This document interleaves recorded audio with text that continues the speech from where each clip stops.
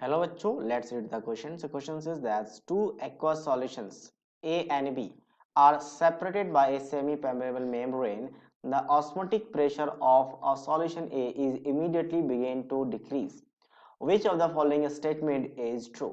अगर हमने क्या किया, दो जगह पे आपके पास aqueous solution है A और B और दोनों को सेमी परमिएबल मेम्ब्रेन से सेपरेट किया हुआ है। ये सेमी परमिएबल मेम्ब्रेन होता क्या है? स्पेशल टाइप ऑफ मेम्ब्रेन है जो सिर्फ सॉल्वेंट मॉलिक्यूल्स को फॉलो करने के लिए अलाउ करती है। ठीक है, जिसे शॉर्ट में कहा जाता है एसपीएम। और यहाँ पे क्या आपका बी है, जहां से सिर्फ क्या आ जा सकती है सॉल्वेंट, यानी सॉल्वेंट का ए से बी या बी से ए की तरफ का मूवमेंट पॉसिबल है, सिर्फ सॉल्वेंट, इसके अलावा किसी भी सॉलिड का मूवमेंट नहीं होगा। अब हमने क्या किया है, ए का इमीडिएटली क्या किया, ऑस्मोटिक प्रेशर को डिक्रीज करना स्टार्ट कर दिया। तो अब ए का जब डिक्रीज करना स्टार्ट किया तो अब क्या होगा यहाँ पे, तो सबसे पहले तो आपके पास ऑस्मोटिक प्रेशर क्या है उसको थोड़ा सा डिफाइन कर लेते हैं कि क्या होता है कि यहाँ पे आपके पास हाइड्रोस्टैटिक प्रेशर लगा होता है। हाइड्रोस्टैटिक मतलब क्या होता है, इसके फॉलो की वजह से।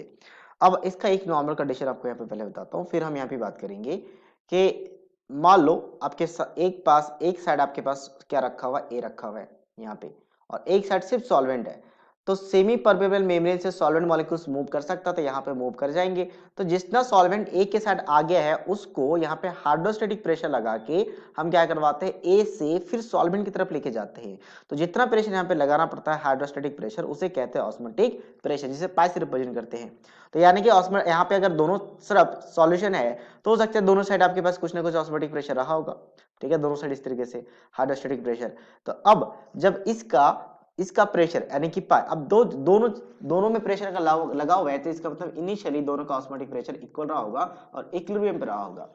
तो जब इसका प्रेशर डिक्रीज करना स्टार्ट हो गया, आपका पाई ए डिक्रीज करना स्टार्ट हो गया, तो यहाँ पे प्रेशर ज्यादा है तो ये मॉलिक्यूल्स को पुश करेगा और पुश करके क्या करेगा, सॉल्वेंट मॉलिक्यूल्स को बी से ए की तरफ जाने के लिए फोर्स करेगा।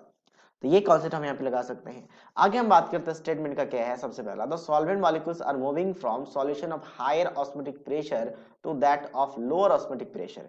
अब ये डायरेक्टली हम नहीं कह सकते कि higher osmotic pressure lower osmotic pressure के बारे में, क्योंकि हम यहाँ पे कंडीशन इनिशियली तो दोनों सेम है। तो यहाँ पे आपको क्या देखना पड़ता है कि किधर प्रेशर लग रहा है और किधर प्रेशर आपका कम हो रहा है, इसकी वजह से भी देखा जा सकता है। डायरेक्टली ये कॉन्सेप्ट नहीं है। कॉन्सेप्ट क्या होता है, हमेशा कॉन्सेप्ट होता है कि लोअर कंसंट्रेशन से हायर कंसंट्रेशन में जाता है, हायर कंसंट्रेशन में। ठीक है, ये कॉन्सेप्ट है, बट ऑस्मोटिक प्रेशर का कोई कॉन्सेप्ट नहीं है, तो पहला स्टेटमेंट इनकरेक्ट हो जाएगा। सेकंड क्या है, initial osmotic pressure of solution B is greater than that of A. नहीं, दोनों का initial pressure initial osmotic pressure equal मान के चलेंगे, तभी इक्विलिब्रियम पे रहेगा। नेक्स्ट क्या है, solvent molecules are moving from solution B into A. Yes, B से ए की तरफ जाएगा सॉल्वेंट, तो थर्ड वाला ऑप्शन सही है। Both A and B are true, नहीं, बोथ ए या बी सही नहीं है, सिर्फ ऑप्शन सी सही है। So that means only option C is the right answer of this question. So I hope you understood it well. All the best.